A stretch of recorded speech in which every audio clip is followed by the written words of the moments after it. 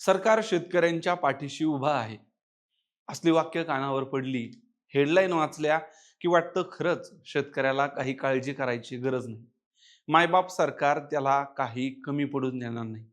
पण जेव्हा कळतं की अशा हेडलाईन फक्त वेळ मारून नेण्यासाठी होत्या, तेव्हा मात्र सरकारचा नाकर्तेपणा आणि अकार्यक्षमता याचा प्रचंड राग येतो. हो, रागच. महाराष्ट्रात कधी नव्हे अशी अतिवृष्टी झाली. ज्या भागाला दुष्काळग्रस्त समजलं जातं, तिथेही पूर आले. अशा परिस्थितीत सरकारने मोठ्या जिकरीने 31,000 कोटी रुपयांची थेट मदत शेतकऱ्यांना करतो आहोत, असं छाती ठोकून सांगितलं. दिवाळी गोड करू म्हणणाऱ्या सरकारने 31,000 कोटी बाधित शेतकऱ्यांपर्यंत पोहोचवले का? हा प्रश्न आहे. पण आता यामध्ये केंद्रीय कृषी मंत्र्यांनी दिलेल्या एका माहितीमुळे नवीनच वाद समोर आलाय. पत्रकार परिषदेत एका प्रश्नावर उत्तर देताना केंद्रीय कृषी मंत्री म्हणाले की महाराष्ट्र सरकारने अजूनही केंद्राला अतिवृष्टीच्या नुकसानीचा अहवालच पाठवलेला नाही. काय आहे हा सगळा विषय आणि महाराष्ट्र सरकारचं यावर काय मत आहे, सविस्तर माहिती घेऊया या व्हिडिओमध्ये. नमस्कार, मी दिनेश, तुम्ही पाहताय महाराष्ट्र कट्टा.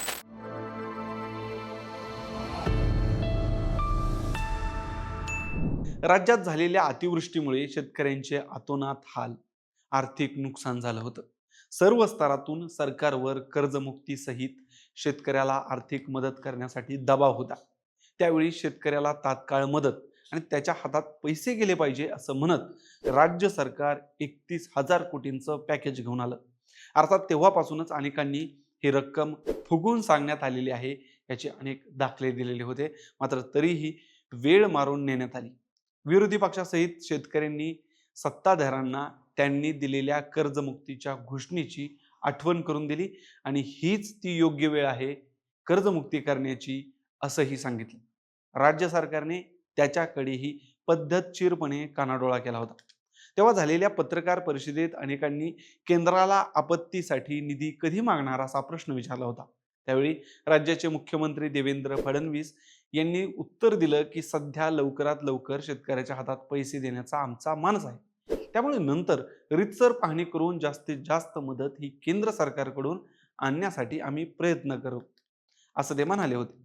मागच्या महिनाभरापूर्वी साधारण 5 ते 6 नोव्हेंबरला केंद्राची एक टीम येऊन पाहणी सुद्धा करून गेली. पण केंद्राला आज तागायत कुठलाही अहवाल अतिवृष्टीच्या नुकसानीचा राज्य सरकारने सादर केलेला नाही, अशी माहिती खुद्द केंद्रीय मंत्री शिवराज सिंह चौहान यांनी पत्रकारांशी बोलताना दिली. त्यामुळे राज्य सरकार शेतकऱ्यांना केंद्राकडून अतिरिक्त मदत मिळवून देण्यासाठी गंभीर नाही का, असा प्रश्न आता अनेकांनी उपस्थित केला आहे. विरोधी पक्षातील नेत्यांपासून ते शेतकरी नेत्यांनी याच्यावर टीकेची झोड उठवली आहे.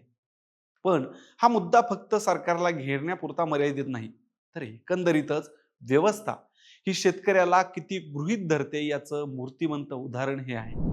आज केंद्रात आणि राज्यात वेगळ्या सत्ता असत्या तर एकमेकांवर हा विषय ढकलून मोकळे सुद्धा झाले असते राजकारणी. पण दोन्ही ठिकाणी सत्ता एकाच पक्षाची, भाजपची. तरी हा ताळमेळ का राखला गेला नाही? की आंधळं दळतंय आणि कुत्रं फिट खातंय, अशी परिस्थिती आता सगळीकडेच पाहायला मिळणार आहे. राज्याच्या मुख्यमंत्र्यांना यासंबंधी विचारला असता त्यांनी याच्यावर अजबच उत्तर दिलं की म्हणे ती जी पत्रकार परिषद झाली त्याचे प्रश्न उत्तर आधीच 30-35 दिवस ठरलेले असतात. अहवाल पाठवलेला आहे पण थोडा उशीर झालेला आहे. आता या सगळ्यावर काय बोलायचं? शेतकऱ्याची कैफियत कुठवर मांडत राहिली म्हणजे व्यवस्था या गतिमान होतील काय माहित. शहरातल्या एका रोडची कामं लवकर झाली नाही म्हणून मुख्यमंत्री कंत्राटदार अधिकाऱ्यांवर आग पाकड करतात. तिथं असल्या आसमानी संकटातून शेतकऱ्याला बाहेर काढण्यासाठी गतिमानता यावी, सरकारी कागदात त्याची ससे होलपट होऊ नये याची खबरदारी का घेतली जात नाही, हा प्रश्न आहे. मंडळी, या सगळ्यावर तुमचं काय मत आहे कमेंट करून सांगा. आणि अशाच शेतकऱ्यांच्या फायद्याच्या व्हिडिओसाठी महाराष्ट्र घट्टा या आपल्या यूट्यूब चॅनलला सबस्क्राईब करा. धन्यवाद.